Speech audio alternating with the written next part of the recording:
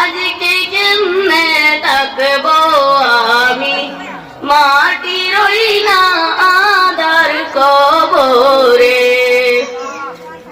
মসজিদের পালকি দেখি আসলো আমার বাড়ি, দেউ সাজাইয়া দে আমারে, যাব আমার আপন বাড়িতে।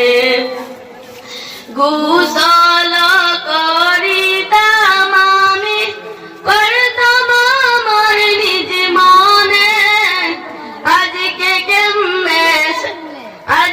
কেমনে গোসল দিলা।